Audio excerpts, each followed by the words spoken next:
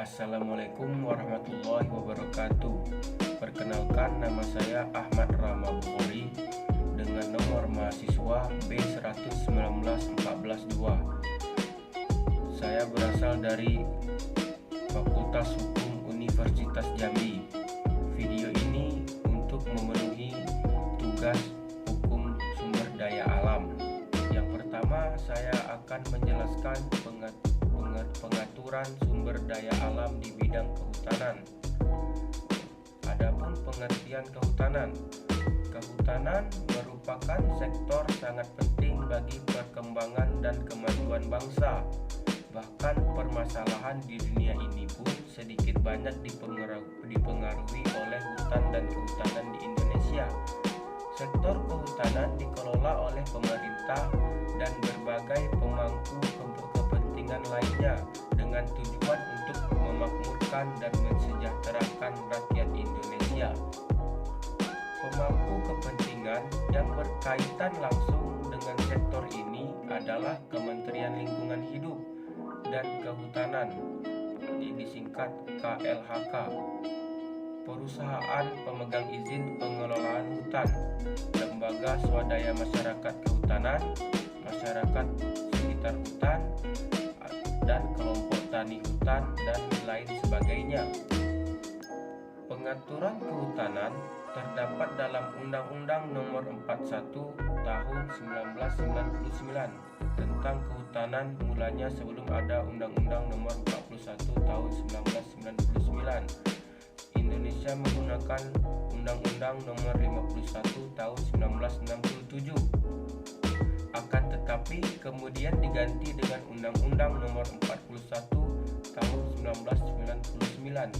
Hal itu dikarenakan Undang-Undang Nomor 51 sudah tidak sesuai dengan prinsip-prinsip pengurusan dan penguasaan hutan.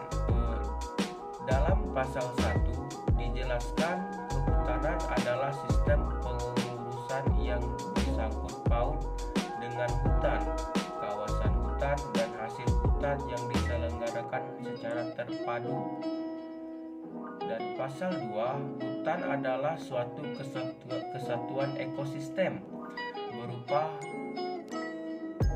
hamparan lahan berisi sumber daya alam hayati yang didominasi pepohonan dalam persekutuan alam lingkungannya, yang satu dengan lainnya tidak dapat dipisahkan.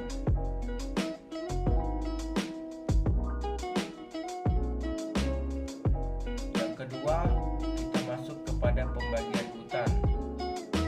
Hutan terbagi menjadi dua, yaitu berdasarkan status, yaitu ada hutan negara dan hutan hak. Dan hutan negara itu ya hutan yang dikuasai oleh negara, dan hutan hak adalah hutan perorangan seperti kebun. Yang kedua itu berdasarkan fungsi. Berdasarkan fungsi itu ada hutan konservasi, hutan lindung, dan hutan produksi.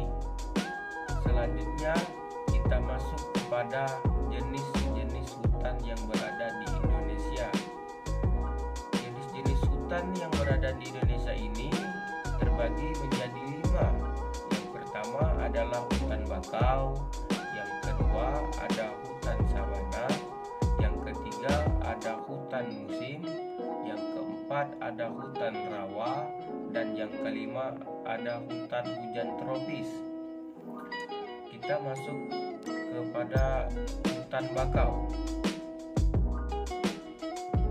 Hutan bakau adalah hutan yang tumbuh di daerah pantai berlumpur, seperti pantai timur Kalimantan, pantai selatan Cilacap. Dan yang kedua ada hutan sabana. Hutan sabana adalah hutan padang rumput yang luas dengan jumlah pohon yang sangat sedikit dengan curah hujan yang rendah. Itu contohnya berada di Nusa Tenggara. Dan yang ketiga ada hutan musim. Hutan musim adalah hutan dengan curah hujan tinggi, namun panjang akan menggugurkan daun dikala kemarau menyelimuti hutan tersebut. Yang selanjutnya ada hutan rawa. Hutan rawa ini adalah hutan yang berada di daerah yang rawa dengan tumbuhan nipah yang tumbuh di hutan rawa tersebut. Contohnya ada di kawasan Papua Selatan, Kalimantan. Yang kelima yaitu ada hutan hujan tropis. Hutan hujan tropis adalah hutan yang sangat lebat. Hutan ini tersebut hutan hijau rimba belantara yang tumbuh di sekitar garis khatulistiwa atau ekwator, yang memiliki curah hujan yang sangat tinggi. Hutan jenis yang satu ini itu memiliki tinggi hujan yang sangat tinggi. Hutan yang satu ini memiliki tingkat kelembapan yang sangat tinggi juga.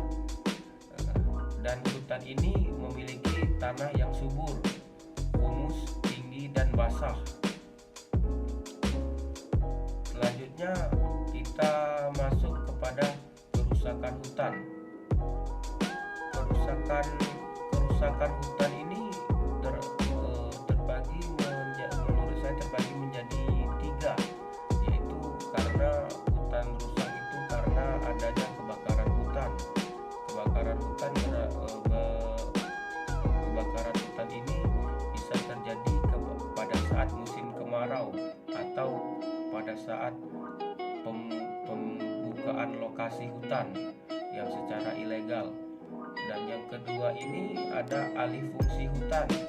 Alih fungsi hutan ini bisa disebut sebagai pembukaan lahan yang menjadi suatu lahan tani atau bisa berbentuk dengan properti seperti pembuatan perumahan. Dan yang ketiga itu ada illegal logging. Illegal logging ini seperti penebangan kayu yang ilegal, yang itu dapat menyebabkan kerusakan hutan. Dan tujuan hukum kehutanan ini tersebut adalah melindungi, memanfaatkan, dan melestarikan hutan agar dapat berfungsi dan memberikan manfaat yang besar dan sebesar-besarnya bagi masyarakat. Ada sifat hukum kehutanan itu mempunyai sifat khusus, lex spesialis, karena hukum kehutanan ini hanya mengatur hal-hal yang berkaitan dengan kehutanan apabila ada peraturan perundang-undangan lainnya yang mengatur materi yang bersangkutan dengan kehutanan, maka diperlakukan lebih dahulu adalah hukum kehutanan. Oleh karena itu, hukum kehutanan disebut sebagai lex spesialis.